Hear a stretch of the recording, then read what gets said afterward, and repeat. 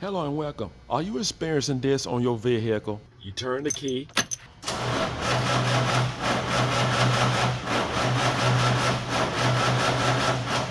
The first thing you want to do, you want to go over to your batteries. You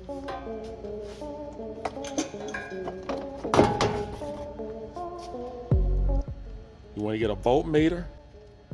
And it won't hurt to actually wear some safety glasses too anytime you're dealing with a battery.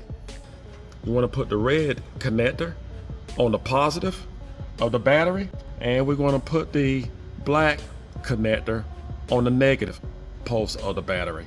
We have 12.6, and that is definitely the proper cranking amp to start your vehicle. Most of the time, these starters will actually give you a warning when it's dragging, and it's been doing it for quite some time. They just don't go out just like that most of the time.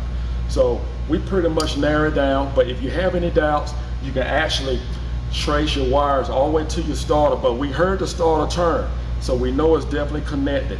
So if it's the cylinder or the starter itself, we definitely know we have an issue with the starter. Next, we're going to lift the hood. Next, we're going to put chuck block on one of the tires. It doesn't matter which one, because we're going to go underneath the vehicle, and safety is always first. Next, what we're going to do, we're going to go back to the batteries and we're going to disconnect our negative battery pole. And what you can do, since we have multiple batteries, we can check each individual battery and just make sure that we have 12.6 all the way across. We know we have 12.6 total, and one would think that would be enough, and maybe so, but we're going to check each individual battery once we disconnect the negative battery poles. Each battery reading was 12.6 with the voltmeter.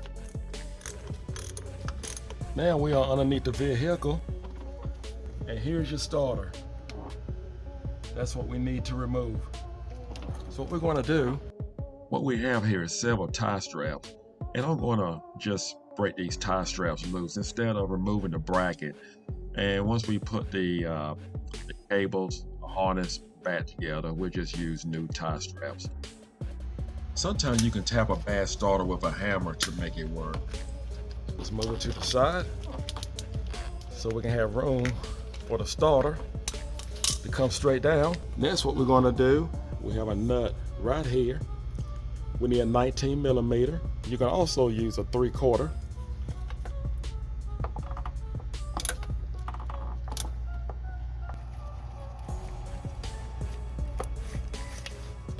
I decided to cut these straps too. Now we can free up this cable. There we go. And we also have another cable hooked up to it. So just be mindful of how many cables you have. Then we're going to remove this harness. There we go. We actually have 4 wires on the same terminal. That's something that you want to keep up with. We have 3 mount bolts to remove. We're going to use a 16 millimeter 12-point. Or you can use a 5/8 12-point. I use a breaker bar to actually break the bolts loose. And I use a ratchet to actually remove the bolts. Just want to give you a heads up, they can be difficult to break loose, so you want to make sure you use the right socket because you do not want to strip the head on the bolt. Now the top bolt can be the toughest one to remove for the starter. So what we're going to do, we're going to remove this fender here, and you may choose not to do so, but I'm going to do it. It only have a few bolts to actually remove, and we're just going to remove this whole assembly so we can actually get to the top of the starter. We're going to use a 13 millimeter.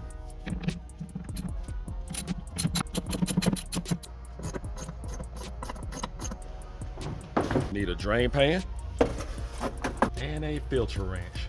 You may choose or choose not to do this. This is something that I like to do. Just remove the fuel filter because I want to have plenty of room to actually remove the starter and reinstall the starter. I don't want to have any interference. So I just remove the filter. Again, this is something that you may choose not to do. I just take a rag and just wipe it to keep it from dripping on me. Now, here's the tricky part. The top bolt is going to be the toughest one.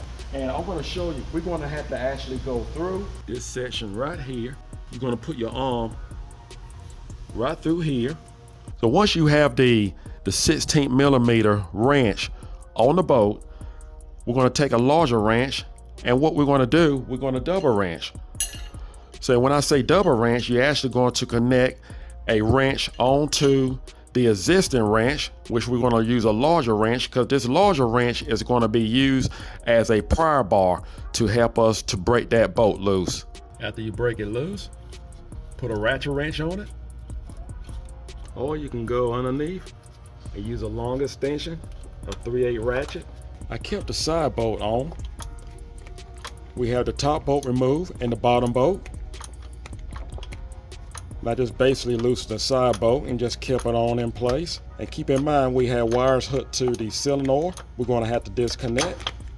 Now we're ready to pull it down. What we're going to do is disconnect these wires here from the solenoid, because that's what's preventing the starter from actually dropping down. I actually like to use a jack stand for a workbench because it helps me to support the starter.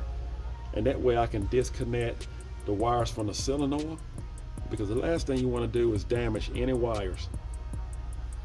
Here's our new starter, and it comes with directions on what to do and what not to do in case you have any questions. I got it from my local international dealer. Here's the part number, price range. Just going to remove this wire, small wire from the solenoid. And last but least, we're going to remove our positive cable wires. You're going to use a 19 millimeter, or you can use a 3/4 socket, whichever one. And we have another wire behind the cables that we need to remove.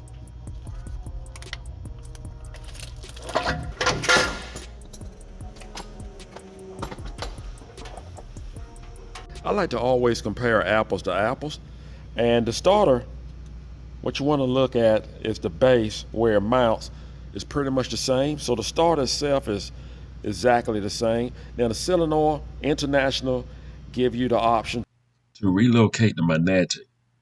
Now, what we're going to need is a 10 millimeter socket to relocate it. We're just going to relocate it 45 degrees.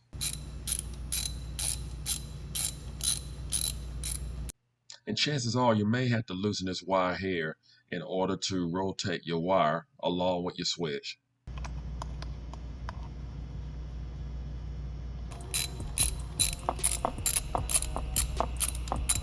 Then we're just going to remove this screw. Next, we're going to remove this nut. We're going to place our new starter on our jack stand.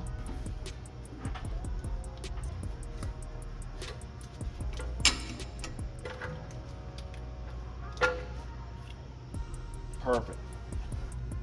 Place on our wires. Connect our cables. Install your new nut. Before we get too far, let's install our wire for our solenoid. Tighten down our positive cable. Now you can remove the jack stand. Tighten up your bolts. Tighten down your top bolt. Torque down your bolts. We're going to mount back on our other two cables. We're going to torque this nut down to 18 to 20 foot-pounds.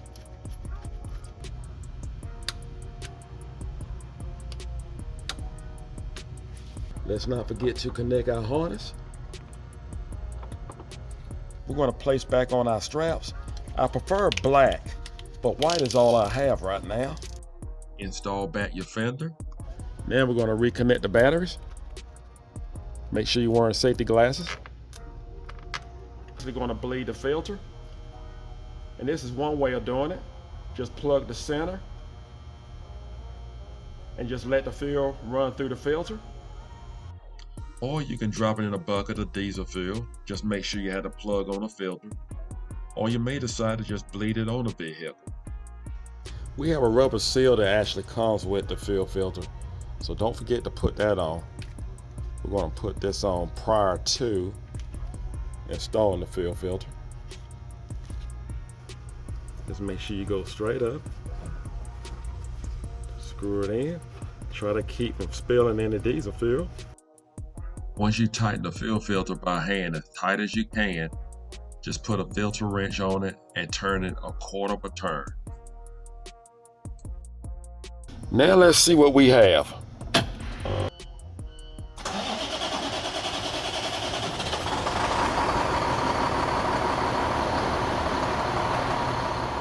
That's all it takes to change a starter on your Cummins WorkStar. I hope this video was helpful, and if you have any doubts about doing it, just watch this video, and I hope I encourage you to actually do your own. The hardest part to it is that top bolt for that starter. I didn't leave anything out, and I like to be truthful throughout the whole video and throughout my whole channel. That's the only reason for it, is to help you out and to help you save money. Thank you for watching. Do not forget to subscribe. Do not forget to hit the notification bell, letting you know when I have a video to actually come out. Take care, and God bless.